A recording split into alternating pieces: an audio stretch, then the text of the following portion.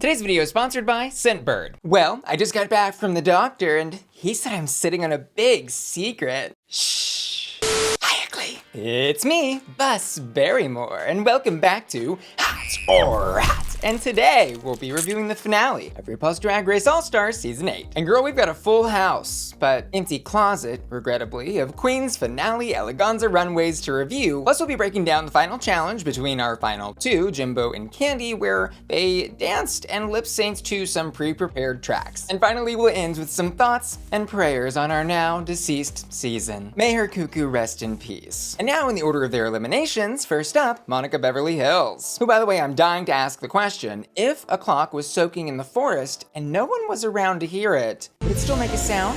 But on a serious note, it was actually really fun to watch her soaking clock performance get memed, which at first she wasn't happy with and was saying she was going to delete Twitter. But after everything had the chance to soak and calm back down, she decided to embrace her newfound meme status and is releasing merch and even a Spotify track coming soon. So stay tuned for that. Not a soaking clock. I put these on just so I could do that. But anyways, enough about the memes. Monica Beverly Hillz looks amazing on the runway. This is a gorgeous, gorgeous gown. She has been serving face, she's been serving mugs, she has been serving soaking clocks, and this, the color is kind of giving me like Grimace Goes to the Met Gala in high drag, and I love it. This look is hot.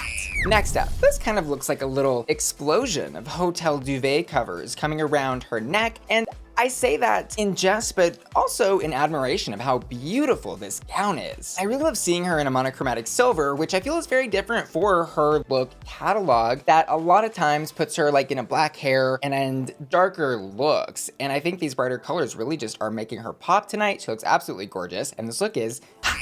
Next up, there's always time for a mocktail kindness and a breakdown. And Mrs. Kasha's look is interesting tonight. She is, as she says, reaching into this vaudevillian look inspired by her grandmother. And getting the backstory on the style reference for this look does help me enjoy it a little more, but I would have liked to have seen this updated. Plus, I'm not a huge fan of the 3 different clashing patterns. I just think this look would have been a little stronger if she had picked one pattern, but what do I know? I'm dressed like a pinup goth biker chick, because why the hell not? I don't think the look is bad. I just think it's not necessarily existing in a style arena that I'm participating in. So I'm gonna give this look a soft rock. And next up, let's take a dip into the cool, refreshing waters of Darienne Lake. Shh.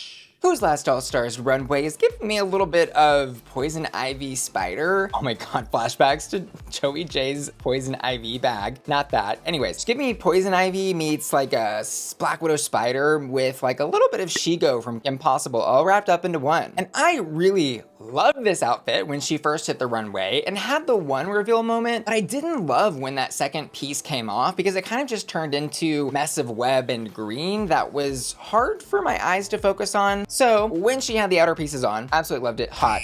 Without those, warming up, not a soaking clock. And next up, what happens in the man's field stays in the man's field. Am I right? It's Jaymes Mansfield. And this look, this little orange creamsicle Vegas showgirl fantasy that she's giving us, totally out of left field for Jaymes, but also at the same time, very much in the vein of, I think, what her style is and can reach. And I'll say it, I think this is the best runway that she has ever worn. I mean, there's been like 3, but this is the best runway she has ever worn, which I think is very safe to say because she was open about her struggle with some of the fit of her outfits due to a recent weight loss, and she didn't necessarily get to serve the full fantasy she wanted to serve, but she has 100% made up for all of that tonight, and I am gooped and gagged. This look is hot. Aren't you glad I didn't say rot? And next up, she's in full bloom. It's Kahanna Montrese, who hits the runway in this mysterious little cape with sunflowers and a really beautiful sharp headpiece that first was making me think like Statue of Liberty, and then she opens the cape and reveals the Sacred Heart of Virgin Mary, wearing what she describes as ancestral garb. And the crazy thing is it's one of those looks where it is 1 inch, a couple inches, I think, away from being an absolute train wreck. But the couple of inches of placements in the way, all of the insanity and everything happening in this look with the mirrors, the jewels, the sequins, the expose of skin, and like every detail of this was paid the proper amount of attention. Plus, in signature Kahanna Montrese fashion, she's giving us a show. The cape is not just a cape, but it's like a winged moment that spreads out, and it was just so gorgeous. I heard the buzz and the bees say this look is hot. But you know what's even hotter than looking good? Smelling good with today's video sponsor, Scentbird. Scentbird is a fragrance subscription service that allows you to try a new cologne, perfume, or even unisex scent every single month. And they work with designer brands like Prada, Gucci, and Dolce, and also smaller niche brands like Confessions of a Rebel and Parfums de Marly, all shipped directly to your doorstep. This month I received Checkmate by Mind Games, a hypnotic scent with complex notes of effervescent champagne, magnolia, tobacco, and bourbon. It's supple yet rugged. And Moon Glory by The Harmonist, which reminds me of an evening sunset on the beach with notes of Lang Lang, Hawaiian jasmine, and white musk. And my personal favorite this month? Iber by Foop, with vibrant top notes of aromatic citrus harmonized with vetiver roots and amber. And here's the tea. Bottled fragrances can cost hundreds and be difficult to pick out. But Scentbird's got you covered with their online quiz to help you find scents you'll love. And each bottle contains a 30-day supply of fragrance, which means you'll actually have a chance to give each scent a real-life wear test, without the commitment to a full bottle's price tag. And normally a Scentbird subscription is a steal at about $17 per month. But when you click my link below and use code BQueen, you'll get 55% off your first month at Scentbird, which is just a little over $7 to start smelling like $1,000,000. So what are you waiting for? Treat yourself or someone you love with the gift of Scentbird. And don't forget to use code BQueen to save 55% off your first month.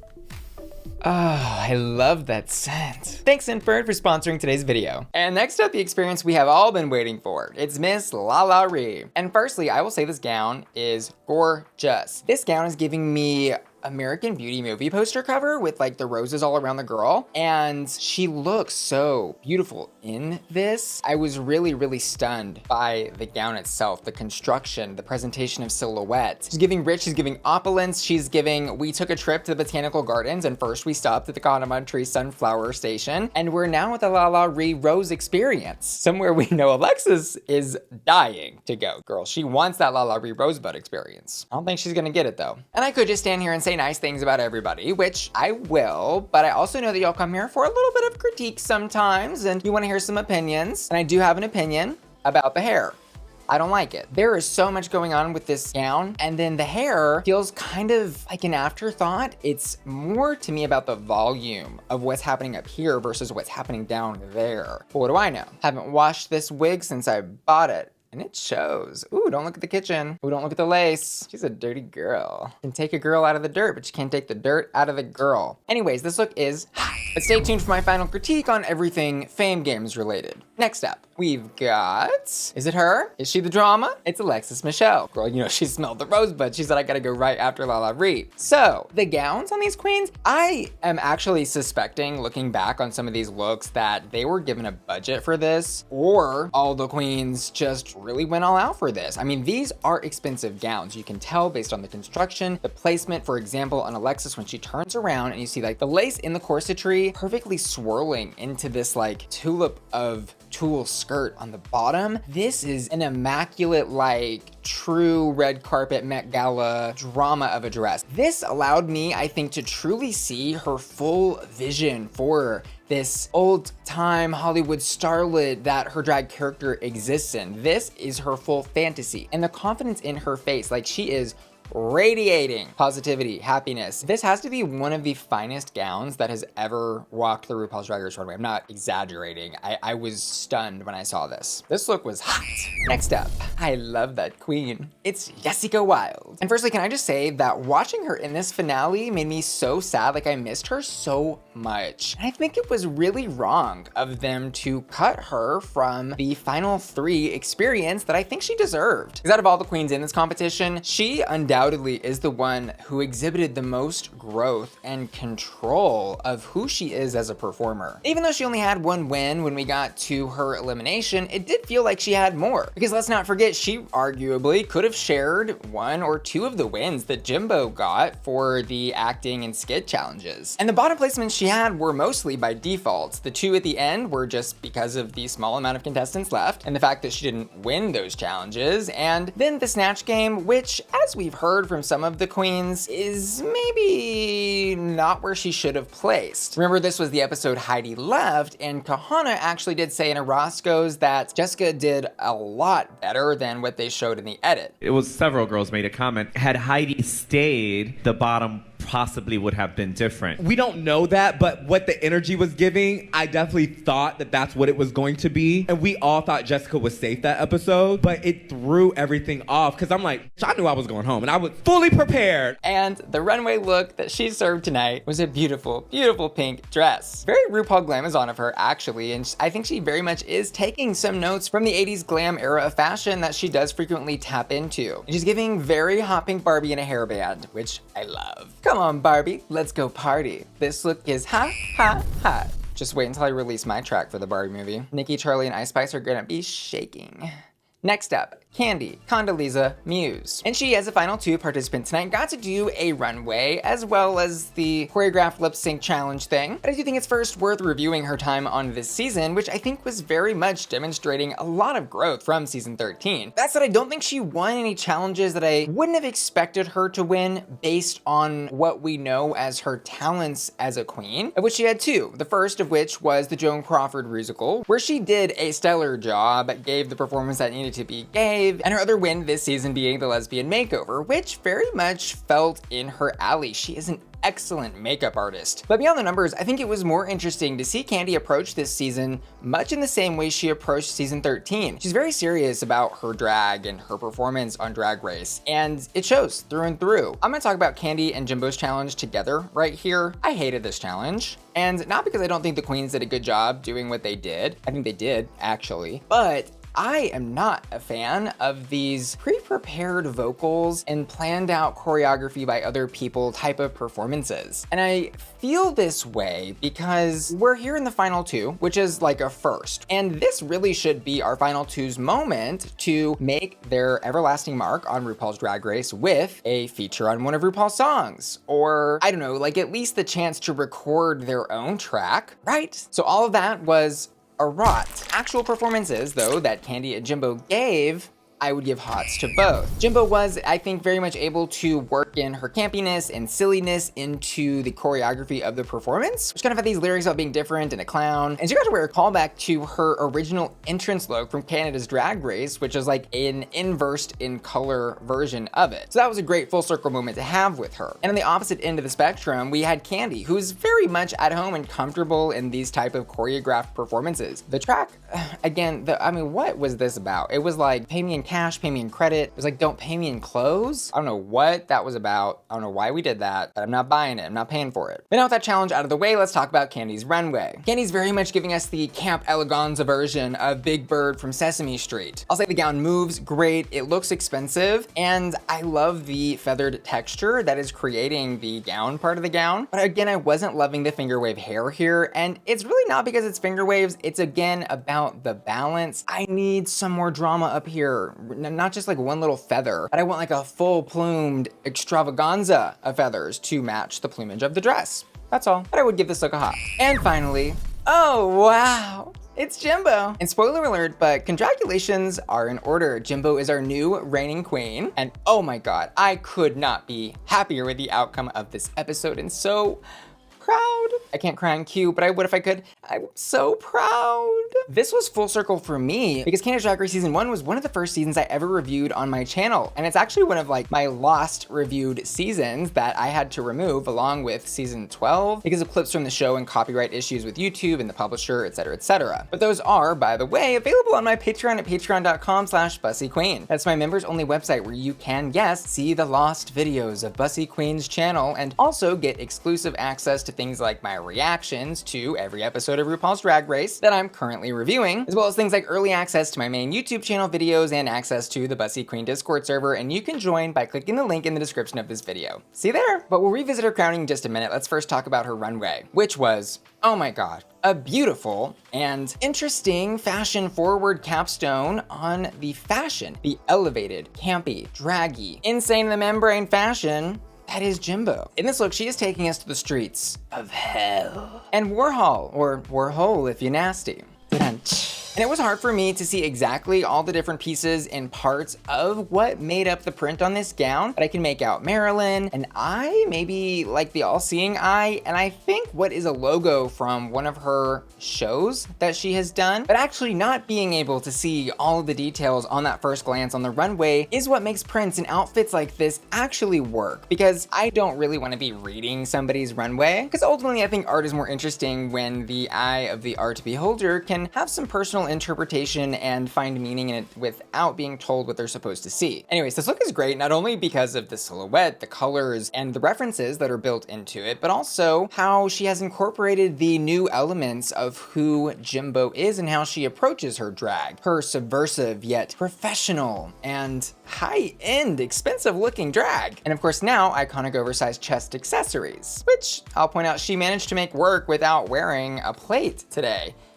Great illusion. Because what you see isn't always the truth. Oh my God, everything is coming full circle today. Anyways, this look is hot.